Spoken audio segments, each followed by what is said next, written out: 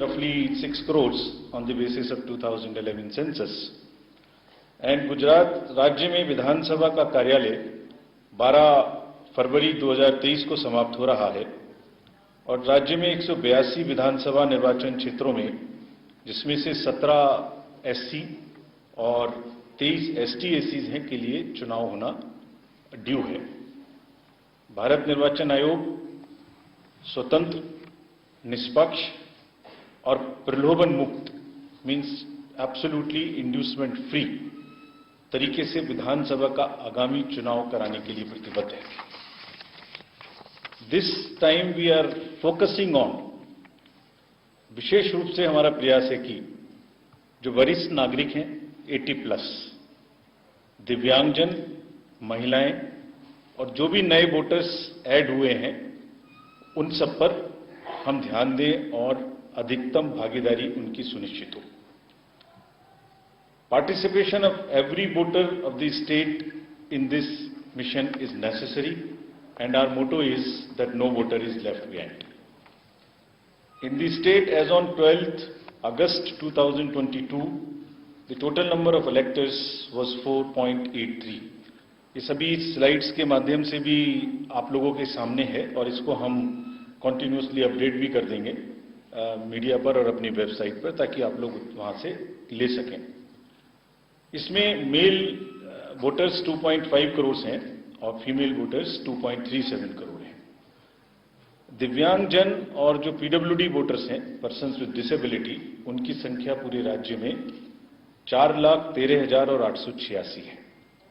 और इसी प्रकार से जो 80 वर्ष से अधिक आयु के मतदाता हैं, उनकी संख्या 10,36,459 है।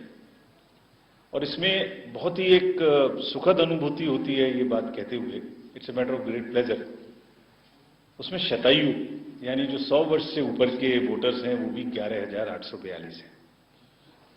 This is a very pleasant experience in feeling to say that in a state, and it also shows how the state nurtures their senior citizens, और वो माहौल, वो संस्कृति और वो एक उनकी आबो हवा देखभाल एनवायरनमेंट, जिसकी वजह से आज राज्य में 11,842 शतायु वोटर्स हैं। और सबके घर में हमने आदेश दिया है कि हमारे कलेक्टर साहब लोग किसी न किसी को भेज के उनको एक आभार प्रकट करेंगे और उनको सम्मानित करेंगे। वो हमेशा वोट देते रहे हमारे साथ। इसी प्रकार से एक और प्रयास कर रहे हैं हम लोग, जो समाज का एक और उपेक्षित उस तरीके से वर्ग है जिसको जो ड्यू है वो नहीं मिल पाता, थर्ड जेंडर, उसके 1291 वोटर्स हमने इस बार टारगेट करके बनाए हैं। तो ये भी एक ऐसा वर्ग है जिस पर हम फोकस कर रहे हैं। Elector gender ratio in the state is 934, which means there are 934 women for every 1,000 men. Friends, special summary revision is currently on. I would like to highlight that in view of the recent electoral reforms, Commission ने कानून में बदलाव कराया, जिससे अब एक साल में 4 डेट्स पर आपको वोटर बनने का अधिकार मिलता है। ये जो यंग वोटर्स हैं उनके लिए अति महत्वपूर्ण है। जैसे मैं उदाहरण के स्वरूप बताऊं तो इस साल में जो भी कट ऑफ डेट 1 जनवरी 2022 होती, अगर पुराना कानून होता, तो जो भी व्यक्ति 2 जनवरी 2022 को 18 साल के हुए, वो इस साल वोट नहीं दे पाते और उन्हें 2023 का इंतजार करना पड़ता। अब continuously every quarter, 1st of every quarter, whosoever is attaining the age of 18 can become a voter. कानून में इस बदलाव जो हुआ, उसके बाद चुनाव आयोग ने आगे पहल करके ये भी कहा है कि जो 2023 में 17 से 18 साल के होने वाले हैं और अभी नहीं हैं, वो भी हमारे यहाँ चुनाव आयोग में और हमारे ऑफिस में डीओ साहब के यहाँ, कलेक्टर साहब के यहाँ, एआरओ साहब के यहाँ अपना रजिस्ट्रेशन करा सकते हैं। हम उनके एप्लीकेशन को एडवांस में लेके अपने पास रखेंगे। As and when in whichever quarter they become 18 in 2023, we will dispatch it. So it's an extra facility we are giving to even the younger voters who are between a bracket of 17 to 18. इतनी मेहनत करके बदलाव के साथ जब हमने ये कानून बदला है और हम ये सुविधा दे रहे हैं, तो मैं आपके माध्यम से अपने यंग वोटर्स को ये कहना भी चाहता हूँ कि जो वोटर्स बने हैं वो जरूर आके वोट भी दें। ऐसी कुछ एविडेंस सामने आती है कि यंग वोटर्स थोड़ा अभी अपेथी है और वोट देने में थोड़ा पीछे रह जाते हैं। तो मेरा आपके माध्यम से अनुरोध है सभी यंग वोटर्स से कि वो इस बार इसको तोड़ें और वोट देने जरूर आए। फ्रेंड्स, इलेक्टरल रूल्स का अंतिम प्रकाशन 10 अक्टूबर 2022 को कर दिया जाएगा। उस दिन फाइनल फिगर्स जो इस चुनाव में वोटर्स की होंगी वो सबको ज्ञात होंगी। फिर भी इसका मतलब ये नहीं है कि जो छूट गए वो अभी भी वोटर्स नहीं बन सकते। इसके बाद भी जब भी कभी हम इलेक्शन अनाउंस करेंगे और जो भी नामांकन की तिथि होगी उस तिथि तक अभी भी नाम जुड़वाया जा सकता है। तो किसी का अगर नाम छूट गए हैं तो वो 10 अक्टूबर के बाद जब प्रकाशन हो जाए उसके बाद भी अपना नाम जुड़वा सकते हैं और क्लेम्स एंड ऑब्जेक्शंस के तहत उसको फॉर्म 6 भर के अप्लाई कर सकते हैं। अगर मैं आपको पूरे राज्य में पोलिंग स्टेशंस की एक समीक्षा दूं तो 51,782 पोलिंग स्टेशंस पर मतदान किया जाएगा पूरे राज्य में।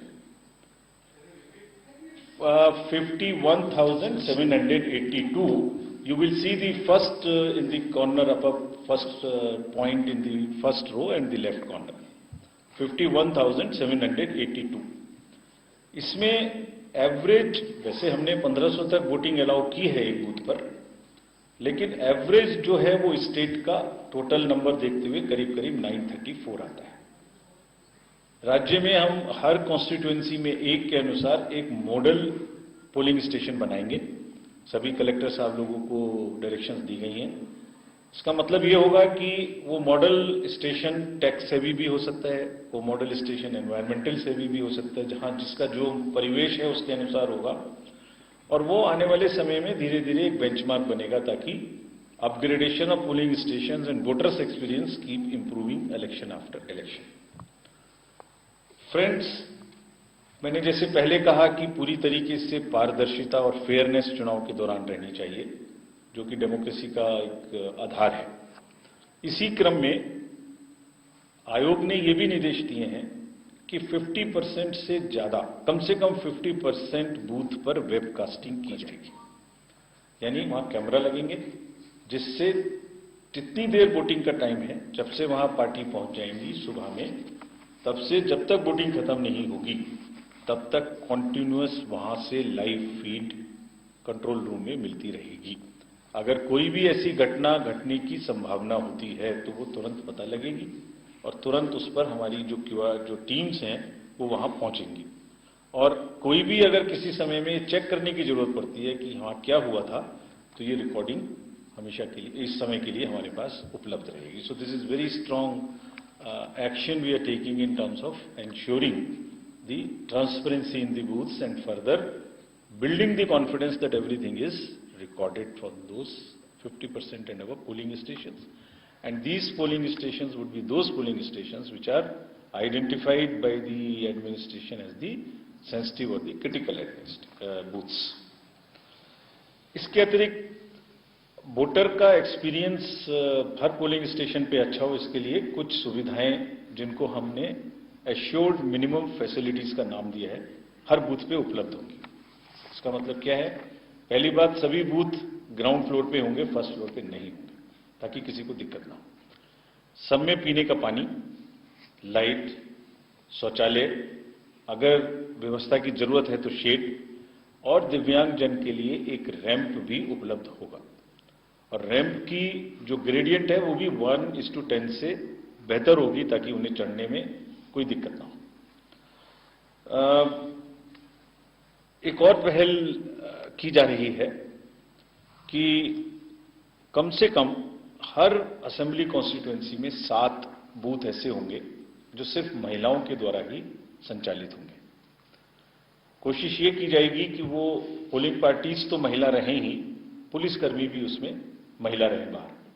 सो this again is a message which we want to do pan India for empowerment of women. that every booth can be managed, is managed by totally the women staff. And similarly, in order to give a recognition to the PWDs and their abilities, which is higher than us in many ways, her constituency में कम से कम एक polling station ऐसा भी होगा जो सिर्फ दिव्यांगजन के द्वारा ही संचालित होगा। और जब आप वहां पहुंचेंगे उस बूथ पे, तो दिव्यांगजन ही आपकी स्वागत करेंगे वोट डालने के लिए। This again is a message which Commission wants to give about the sensitivity and about the respect towards the PWDs. Friends, जैसे मैंने पहले कहा कि सीनियर सिटीजन्स की 80+ के वोटर्स की संख्या 10,36,459 है। हम इस बात के लिए बहुत सजग हैं कमीशन, और ये कहना चाहते हैं कि आज समाज बोले तो और हम सब बोले तो जहां भी हैं वो सीनियर सिटीजन्स की वजह से ही हैं।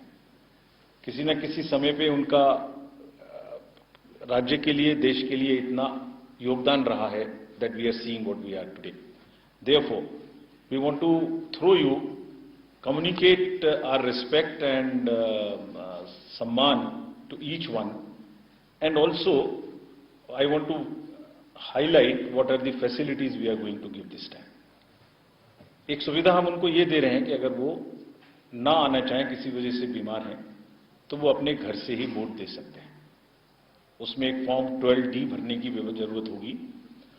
अगर नामांकन के तुरंत बाद हम उसको खोल देंगे, 5 दिन के बाद अगर वो अप्लाई करते हैं, तो हमारा BLO साहब उसके घर जाएंगे, हमारे वरिष्ठ नागरिक के घर जाएंगे, उनसे फॉर्म भरवाएंगे, और उसके बाद वोट डालने वाले के लिए वोट डालने की व्यवस्था भी उनके घर पर जाकर